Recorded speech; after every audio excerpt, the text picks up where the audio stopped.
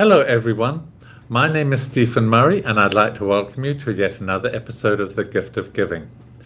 Even though this program focuses on nonprofits based here in Nevada, if you're tuning in from out of state, I hope you will stay with us, especially if you're teenagers or if you're parents of teenagers who want to give back to the community, because today's organization is Teens Against Trafficking. This is an organization that is against human trafficking, and it is run by teenagers. So I'd like to welcome to the program. We have the founder and CEO of Teens Against Trafficking, Erin Sebastian, and we also have Elle Stroh. She's the Director of Operations. Thank you both for being with us today. Thank you. Thank you. And thank you especially for what you're doing. Now, did you have to play truant from school to be here today, or did you get permission? We got permission. You got permission. Okay, so it's not going to have a negative effect on your scholastic abilities. Erin, let's start with you. You were the founder of this organization. Give us a little bit of history, if you will, please, when you founded it and the mission of the organization, which is pretty obvious. So first of all, thank you so much for having me here. Teens Against Trafficking, we're a 501c4, a nonprofit social welfare organization, and I founded the organization back in 2022 when I found out that one of my closest friends had been a survivor of human trafficking, and that really opened me to the privileges that I've had being someone who wasn't exposed to that system, and it kind of pushed me to want to help others in the community as well. During that time, in our school, we were participating in a sexual education class, and for just one singular day, we had a very brief lesson about human trafficking, and it was in my own curiosity that I came to discover how prevalent of an issue trafficking is, and also the fact that youth are the ones who are more disproportionately affected by trafficking compared to other groups. So to me, there was this kind of paradox. Why aren't there youth-centered resources for an issue that affects youth the most? Yes. It's amazing that you just undertook it. I mean, this really is an important issue of the day, one of the most important moral issues of the day anyway. And the fact that you even undertook it, I mean, that's a major undertaking, and the impact that you're having.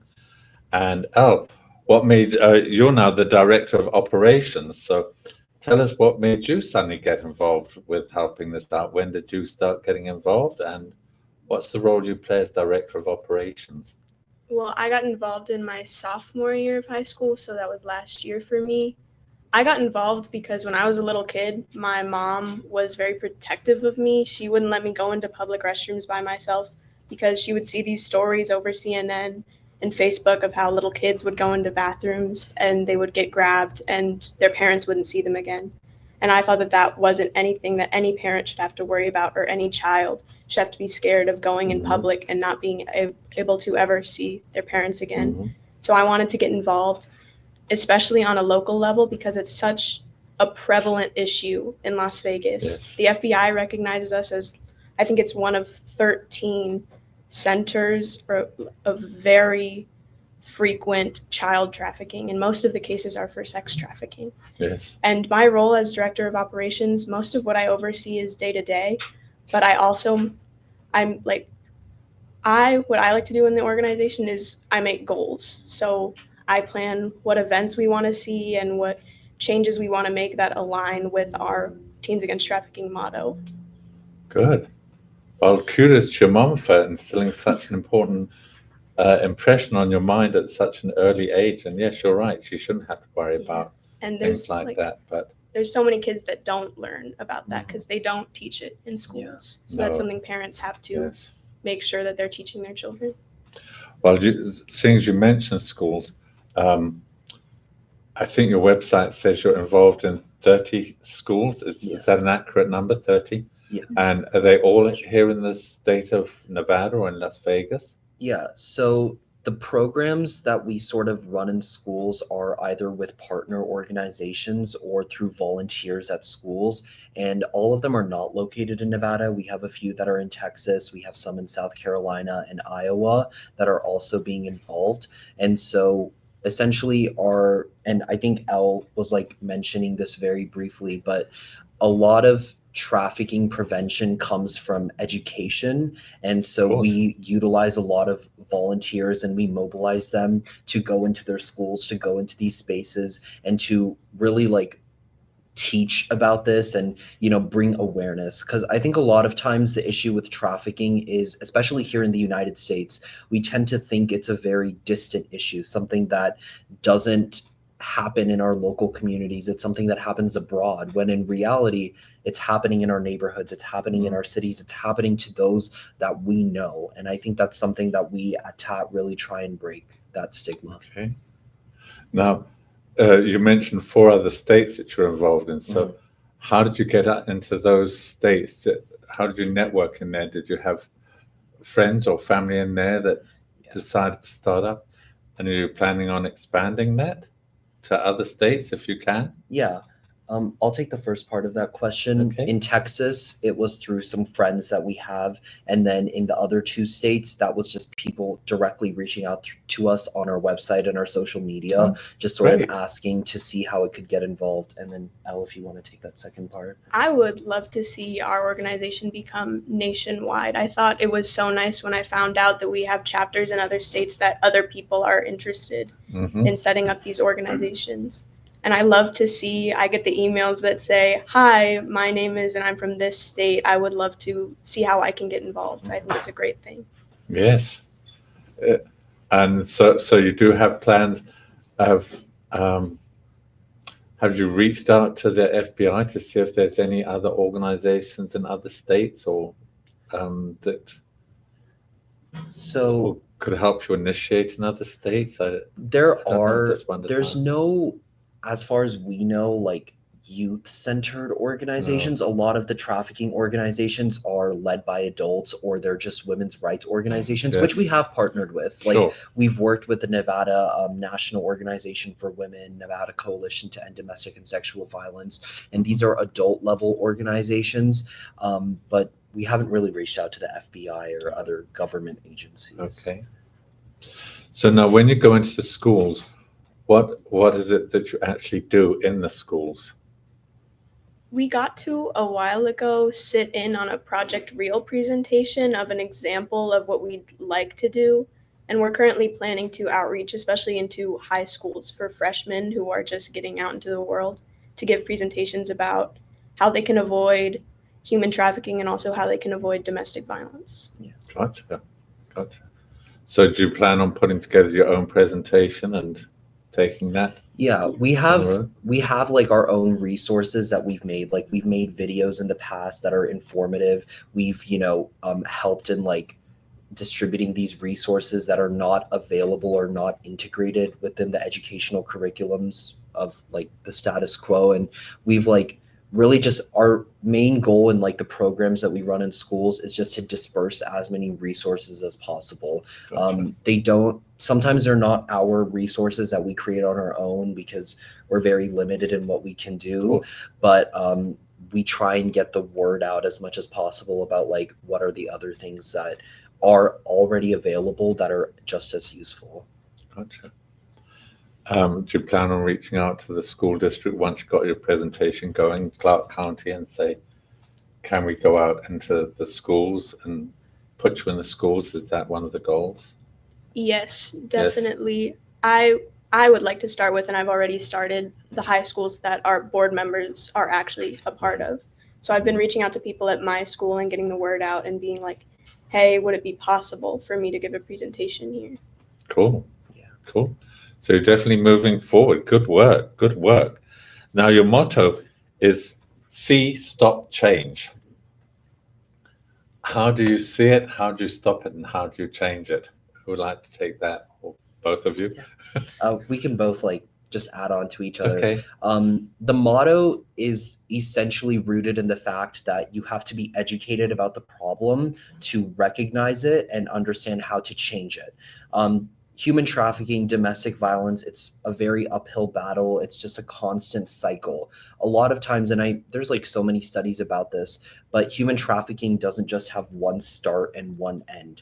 A lot of times, trafficking and domestic violence victims are people who end up returning back to their perpetrators even after they recognize that, oh, I'm a victim and I'm someone who survived through this. It's very much of a repetitive cycle. And so we believe that a lot of the issues can be prevented with prevention before the cycle even starts. Mm-hmm. So if you educate yourself, and that kind of leads us to our 3 pillars about the organization, which are advocacy, empowerment, and education. Education is really where you can sort of see the problem. And then I think the biggest thing in terms of trafficking is sort of speaking out, just like how we're doing today with our organization, just sort of saying that trafficking is an imminent issue. It's something that people need to speak out about. That's what ends up stopping and eventually changing the cycle as a whole, when multiple people come together and sort of say, like, this is not okay and this is something that happens, and recognizing and actually advocating for change. Gotcha. And I think another thing that we like to focus on is also the immediate impact. Mm-hmm. So again, teaching someone how to recognize if they're being trafficked and also if their friend is being trafficked. So it's as simple a thing as going up to someone and asking, hey, are you okay? Are you in an abusive relationship? Is everything okay at home? And being able to immediately stop that danger for mm-hmm. them. And obviously making sure that they don't get involved in it again, and making sure that it doesn't happen to anyone else. But I think it's equally as important to make sure that people are immediately safe. Yes, very good points. Very good points. Please stay with that thought, because we're going to come back to that. We're going to take a brief sponsorship break. Please stay with us, folks. We'll be right back with our guests. Budget deficits, national debt, presidential elections, government shutdowns, global conflicts in Europe, global conflicts in the Middle East, global pandemics, interest rates, rising inflation. Markets go up and markets go down for reasons nobody can control. Don't let the volatility of the stock market determine the quality of your retirement. Your financial strategy can make all the difference. I'm Joshua Dowden. At Priority Wealth Partners, your goals are our goals. We believe people can live better lives with smart financial education and knowledge. We work closely with clients to match strategy with individual needs. Our personal financial strategies have helped investors accomplish their goals while reducing market volatility, and we can help you too. You've worked hard to get where you are now. Your financial plan should work hard for you in retirement. Conveniently located in downtown Summerlin, my name's Joshua Dowden. Call me today for a free consultation. 702-808-6513. That's 702-808-6513.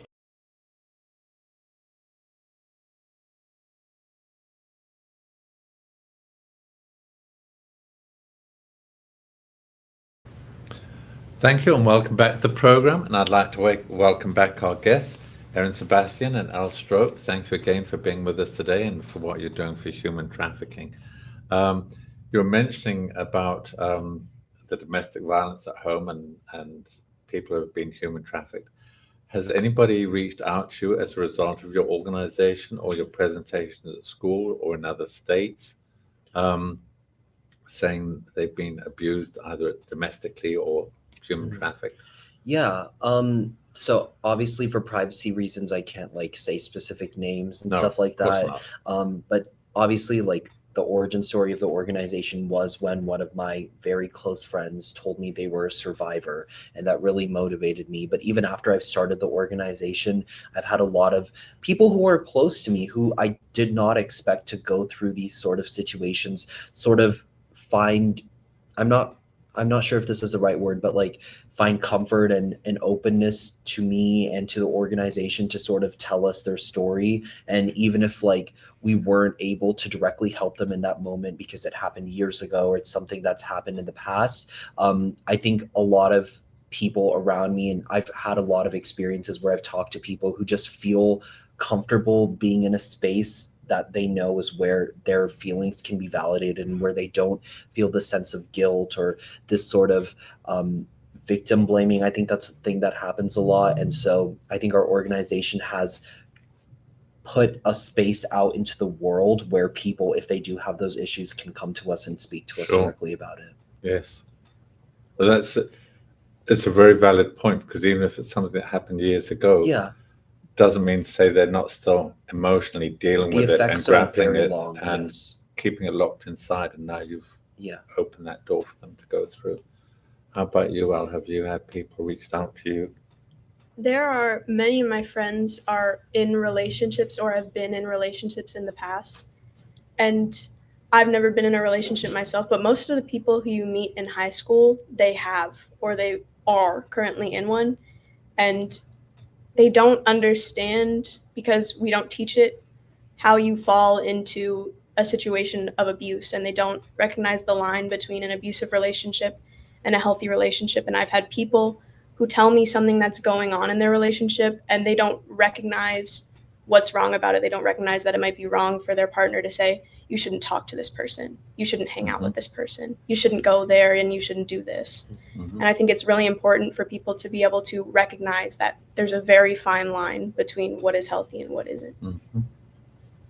You really are filling quite a void.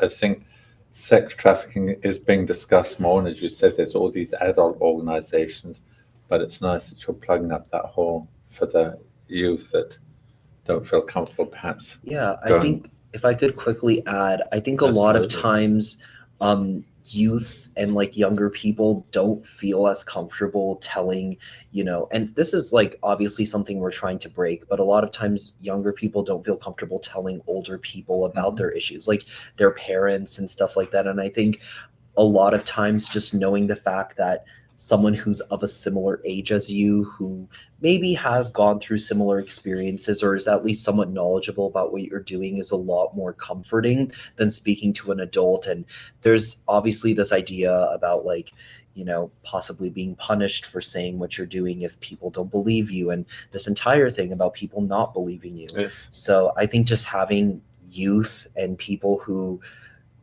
have somewhat more of a relation with you in terms of helping you understand your experience is a lot more comforting. Yeah. Well, I think that's part of just growing up in adolescence. Yes. My parents won't understand. My parents don't understand. We all go through that no matter what. So you're right that it's a very valid point. Do you have anything you want to add on that? Yeah, I think that that's just why it's so important to get into schools, because my school also did a very brief domestic violence presentation to us, and they gave us resources, but I think it's very good to have someone who you can relate to talk to you about it, Mhm. because I personally would feel more comfortable seeing someone up there who I recognize, who is like me, talking to me Sure. about these issues that are very youth centered. Now, most of sex trafficking, of course, is with women and teenage girls, but I'm sure you have some with teenage boys and young men as well. Have you had that experience? Have you had some young men reach out to you, and has that surprised you? I think honestly, it doesn't surprise me at all. I mean, just for like some quick statistics, 1 in 3 women almost face domestic violence, 1 in 9 boys, and then 1 in 4 non-cis people face domestic violence and human trafficking issues. And I think it's a very prevalent issue. And I guess a lot of these like sort of reporting comes from the fact that a lot of times like you don't feel comfortable like saying that you've gone through this. I know for a fact, like especially in like today's culture where there's a lot of toxic masculinity and this like desire to be hyper masculine, a lot of times male individuals don't feel comfortable saying that they've gone through this because it's very demasculinizing. And I think that's something that at least I know people who are male identifying individuals who have come to me and told me that they've gone through these experiences. And I think, again, this goes back to our discussion about like just having someone who's of a similar age as you, being someone like you can find comfort in and like saying your experience. And I think that's sort of breaking this hierarchy. Yes. Yeah. Very important.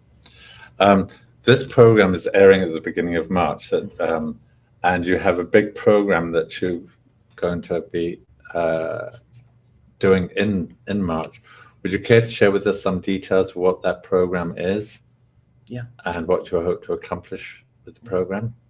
So it's basically an informational panel that we're Mhm. reaching out to a bunch of partner organizations that we've worked with before, like Project Real and Safe Nest and NCEDSV, so that we can get people from those organizations to represent and speak up.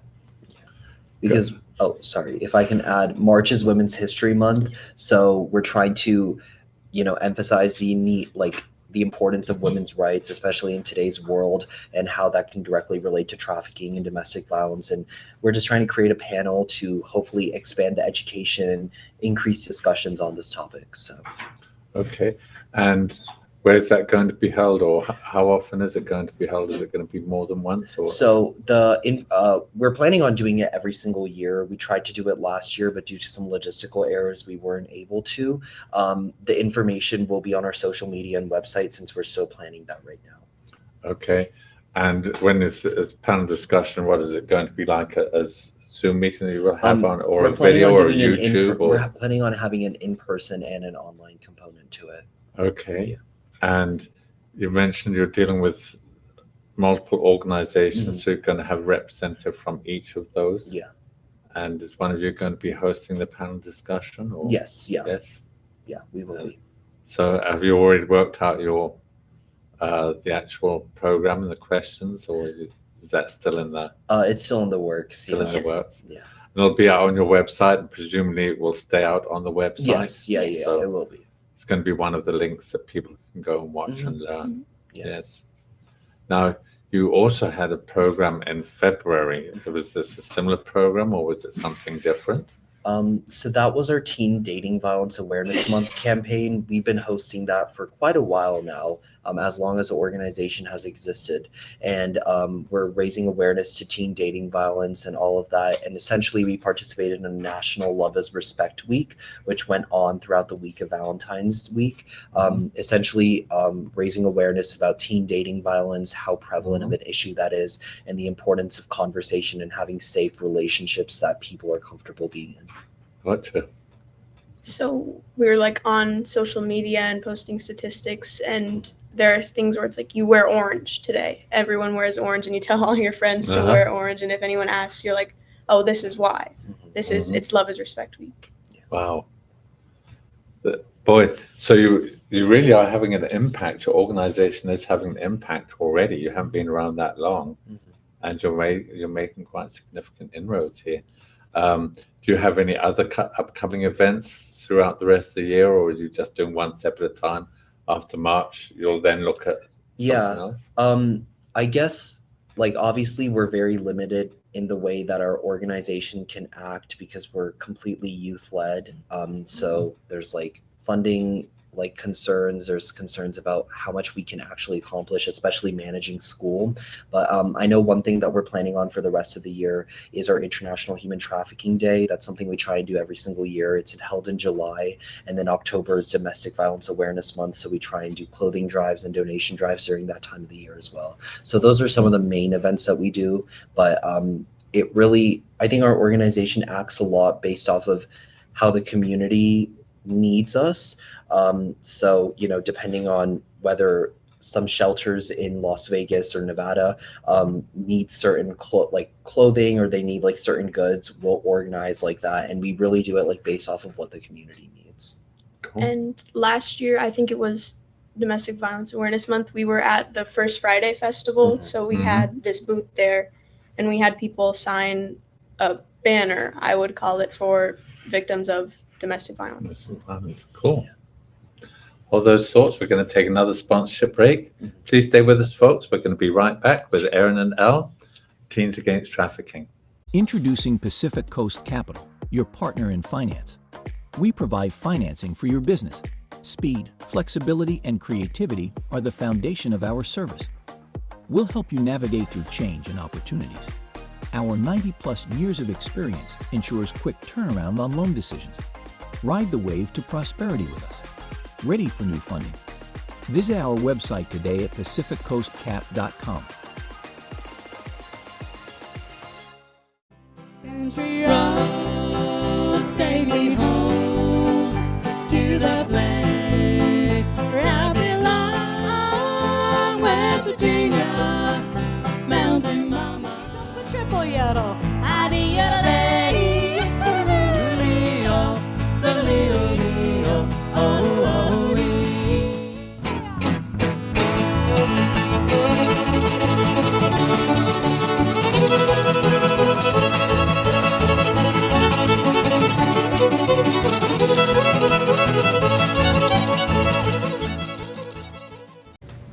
Welcome back, everyone, and I'd like to welcome back our guests, Erin Sebastian and Al Strope. Thank you again for being with us.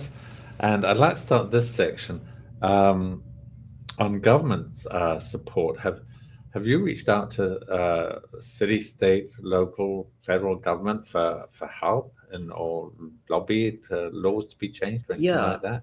So one of our pillars at our organization is advocacy, and we try and do as much as we can. So at the start of our organization, we actually hosted a rally during February for Teen Dating Violence Awareness Month in downtown Las Vegas to raise awareness and try and bring political advocacy into the organization. And after that time, we've reached out to a few different offices, such as Senator Catherine Cortez Masto's office. We've testified actually and helped pass a legislation, Assembly Bill 245, in the 2023 legislative cycle.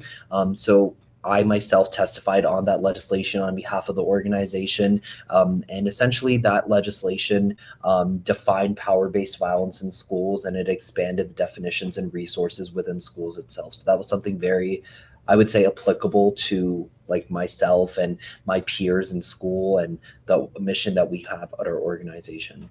Wow. So not only have you had an impact with the individuals who have been sex trafficked, you've had an impact on the legislation. Yeah, that legislation was in partner with other organizations. Like our role was really just like testifying and like providing a youth voice to it. But I would say that yes, we've definitely tried to expand our impact. Yes. Well, the youth voice has probably a very unique impact on that. So now, is there paid staff, or are you totally? I suspect you're totally manned by volunteers. It's entirely volunteers. Volunteers. And are you always looking for volunteers? Yes, always. Do you have any qualifications or requirements? For the board, we did interviews, but if you're looking to volunteer, you can just reach out and be like, hey, how can I get involved in my community? And you have all different, and what capacity would you be using the volunteers? How can they help? So if we're partnering with doing an event with another organization, we'll always call volunteers and we'll do a volunteer call. Like, it was last year when we held, or like we partnered with another organization to do a Run for Hope marathon. Yeah, we partnered with Safeness to do a Run for Hope. I was there.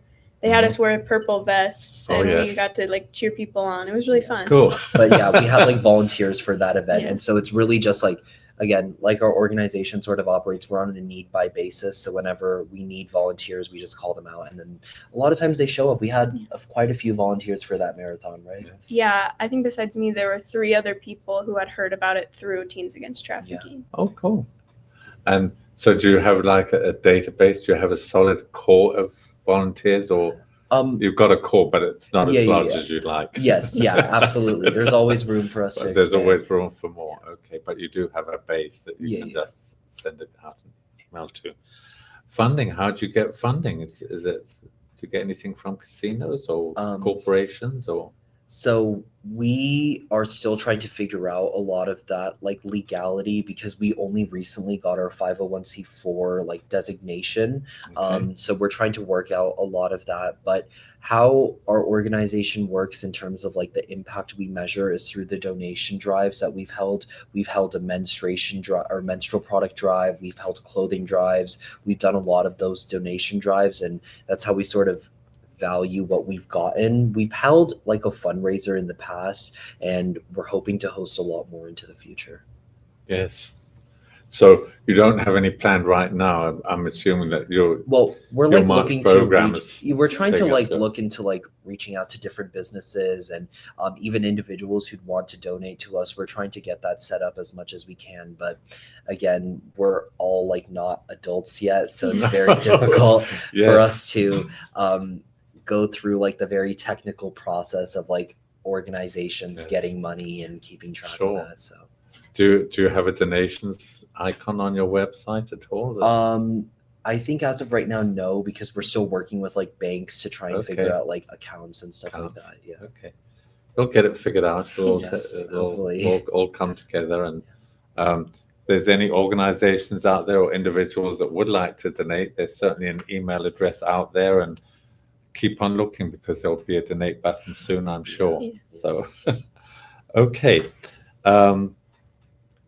if people need to learn more about the organization, how can they reach out to you? Do you want to share your website address, contact information that you have? I think our website is teensagainsttrafficking.org, It's- teensat.org. Yes. And then our Instagram, which is where we're a lot more active on, is also teensat.org or teensat.org, and it's the first one on there. So we're very active on social media. So if you want to, that's also a direct way to reach out to one of us as well, and you can like message us on there. Okay, cool. What have your parents and family had to say about you being involved in this? I bet they're immensely proud of you, I'm sure. My sister was actually involved in this organization before me, and when she went to college, she was like, "Elle, you should do this." Yes. So that was actually how I heard about it, and I was like, "Oh, this is what I've been looking for. Like, this is how I can help." Okay. And I think my mom enjoys the fact that I'm getting involved in the community. Yeah. Yes, giving back. Yeah. And your parents, because you founded this organization. I got a lot of support from my parents and my family, and even like my closest friends. Like in like other interviews we've done in the past and stuff, I've had like friends call in and ask questions to just showcase my support, like showcase my support. I've always had, like when we were doing our Teen Dating Violence Awareness Month campaign, and like whenever we do all our awareness campaigns, my friends and like my school community always show out. Like they always wear the colors that we ask them to do. They always share the flyers, and my family has just been a huge support. Like my mom has always like driven me to all these different events before I got my license, and it's just like I've had a lot of support, and I think it's awesome that like we have an initiative like this, because I know at least in my community, like domestic violence is a really big issue, and so to kind of like see someone speak out about that is inspiring, I guess. Yeah. I would say, like I've had a lot of friends who have come up to me and just say, like, if you need any help with TAT, let me know. I'm always here to help. And I think it's been an amazing experience. Yes. I know that definitely when we start getting into the schools, all my friends are going to those presentations. Yeah. Yes, good. Now what happens when you turn 20? Are you going to drop it, or are you going to be able to keep on going, or you No. haven't thought that I'm far gonna ahead? Keep going. Definitely wherever. If I end up not going in state to college, I'm gonna start a branch wherever I end up. Yeah. And Cool. our director of communication, they're in college. Yes. Yeah. And We have they're a member someone of on our our on our executive board is a college member right now, and she's still involved. And I know, like, I'm heading off to college in the fall as well, and I want to hopefully start an adult advisory board to help out with the more technical things. So like Elle, who's like a year younger than me, who I hope is going to lead the organization into the future, is just going to not have to worry about all the technical things like the funding, like the venues, like the resources, and really just focus on like advocating in the youth arena, and then just have adults like figure out the more technical stuff. So yeah. You know, it's been an absolute pleasure having both of you on the program. Thank you so much for what you're doing in the community on this very, very important topic. It's so important. Yeah. And if any of you are out there listening, you would like to volunteer, or I hope you're tuning in from out of state, and if you are, please reach out to the organization. There will be an email address on their website where you can contact them and maybe start a chapter in your own states or own cities. I'd like to thank you all for tuning in this week. I hope you've enjoyed this program and found it educational and informative. If you have any questions or comments, please reach out to me at stephen@thegiftofgiving.vegas. I'd also like to thank our show's producer, John Stars, and station owner for allowing me to host this program. And certainly I would like to thank our sponsors, Pacific Coast Capital, the Firelight Barn, Priority Wealth Partners, and RJ Champion, my business partner. And I'd also like to thank Friends of the Gift of Giving.